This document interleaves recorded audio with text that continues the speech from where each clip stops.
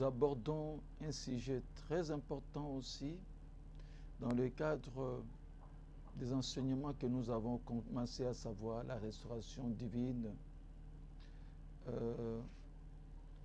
pour la vie abondante. Nous avons dit tous ces enseignements, vous pouvez les trouver dans ces livres que nous avons écrits.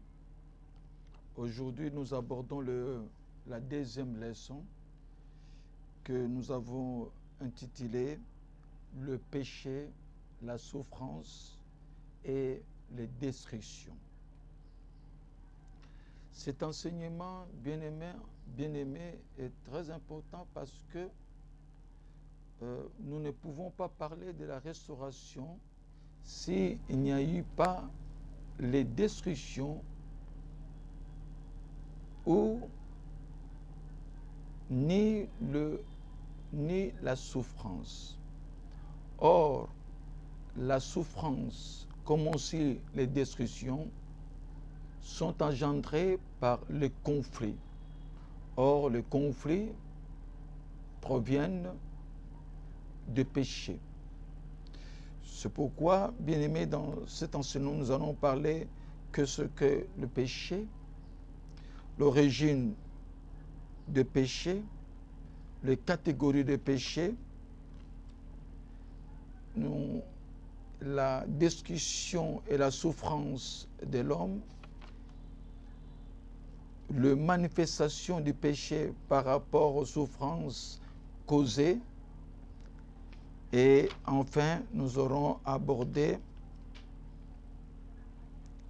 la voie du pardon pour la restauration. Bien-aimés dans le Seigneur, le mot péché de l'hébreu kata et du grec amartia veut dire manquer le but ou dévier son cible. C'est-à-dire, sur le plan étymologique, nous pouvons dire que le péché, c'est lorsque vous n'avez pas atteint votre but et vous n'avez pas atteint votre cible, là, votre destination que vous avez voulu. Et nous allons comprendre que dans 1 Jean chapitre 3, verset 4, le péché sera défini comme la transgression de la loi. Lorsqu'on parle de la loi, on voit la loi divine, on voit la loi traditionnelle, la loi personnelle, la loi civile, comme aussi la loi de conscience. Dès que nous transgressions une loi, nous commettons un péché. J'irai plus loin pour dire, par exemple, dans un couple, les deux personnes se sont entendues pour vivre ensemble et il y a des lois qui le régissent. Dès que vous violez ou vous transgressez une de ces lois, vous commettez un péché. Nous avons aussi Romains chapitre 14, verset 23. Romains chapitre 14, 23. Nous lisons dans le nom de notre Seigneur Jésus-Christ que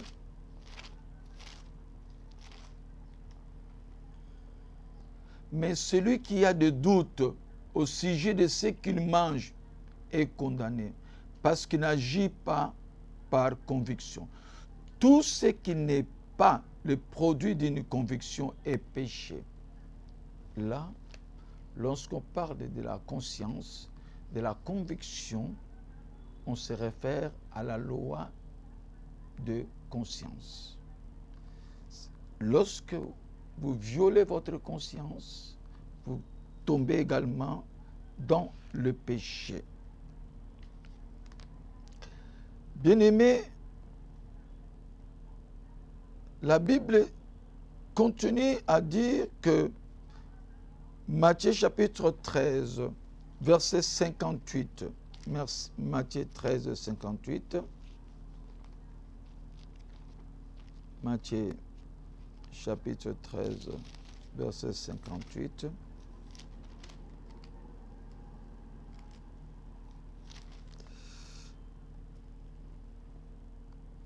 et il ne fit pas beaucoup de miracles dans ce lieu à cause de leur incrédulité. Ici, nous voyons que le péché est appelé l'injustice, le péché est appelé aussi l'offense, la faute, l'iniquité, l'infidélité, et dans ces passages, nous voyons l'incrédulité. Donc, le péché, c'est la désobéissance à la loi de Dieu et à la loi de sa conscience. Origine des péchés. Bien-aimés dans le Seigneur, le péché a pour origine la désobéissance d'Adam et Ève à la parole de Dieu.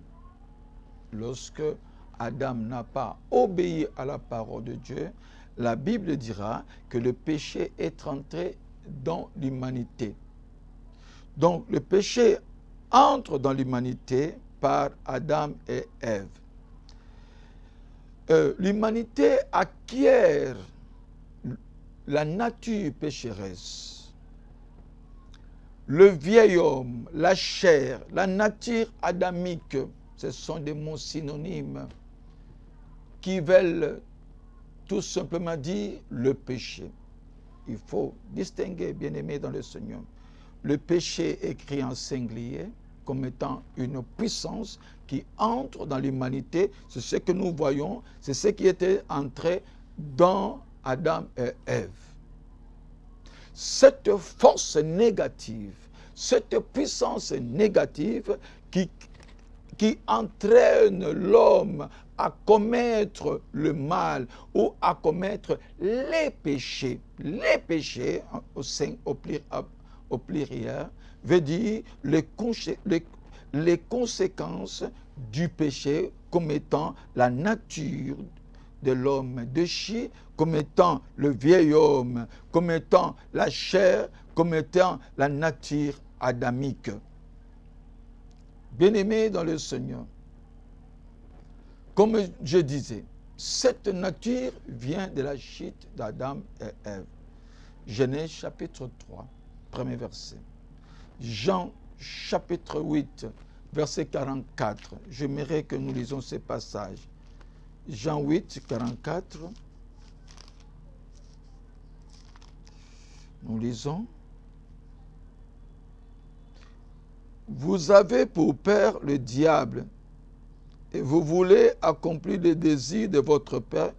Il a été meurtrier dès le commencement, et il ne se tient pas dans la vérité, parce qu'il n'y a pas de vérité en lui lorsqu'il profère le mensonge. Il parle de son propre fond, car il est meurtrier et le père du mensonge. Ici, bien-aimés, dans ce passage, nous voyons que l'homme se livre au diable en désobéissant à la parole de Dieu. C'est pourquoi la nature adamique, la nature pécheresse, entre dans l'homme.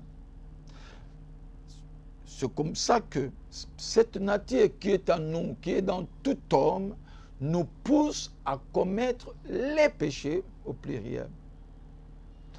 Adam n'a pas volé un ordinateur. Adam a mangé l'arbre, le fruit de l'arbre de connaissance du bien et du mal, en obéissant à cette parole qui les interdisait. Vous voyez? Aujourd'hui, cette nature que nous possédons, elle vient d'Adam, nous pousse à commettre les différents péchés que nous commettons dans le monde, le vol d'un ordinateur, la méchanceté et autres. Pour terminer, je voudrais vous dire que, sur un point, la voie du pardon pour la restauration.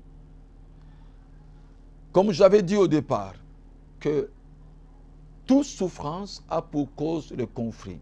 Et tout conflit a pour cause le péché. Et je dirais le pardon est le remède pour toute souffrance. Le pardon est la base de la restauration spirituelle, de la restauration également divine.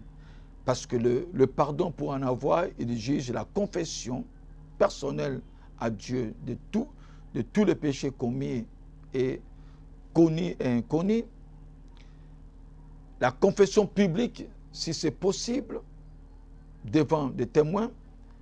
Et la réparation qui peut se faire par la restitution des biens volés, comme aussi la réconciliation pour les gens que vous ne vous attendez pas, où il y a la méfiance. C'est pourquoi, bien-aimés dans le Seigneur, cet enseignement, le péché, la souffrance et la destruction, est très important. Est très important pour tous ceux qui s'engagent dans la voie de la restauration, dans leur vie, dans leurs affaires, dans leurs relations, dans leur ministère, doivent connaître et arriver à l'assurance du pardon. Sans cela, la restauration divine ne pourra jamais commencer. Que le Seigneur vous bénisse. Amen.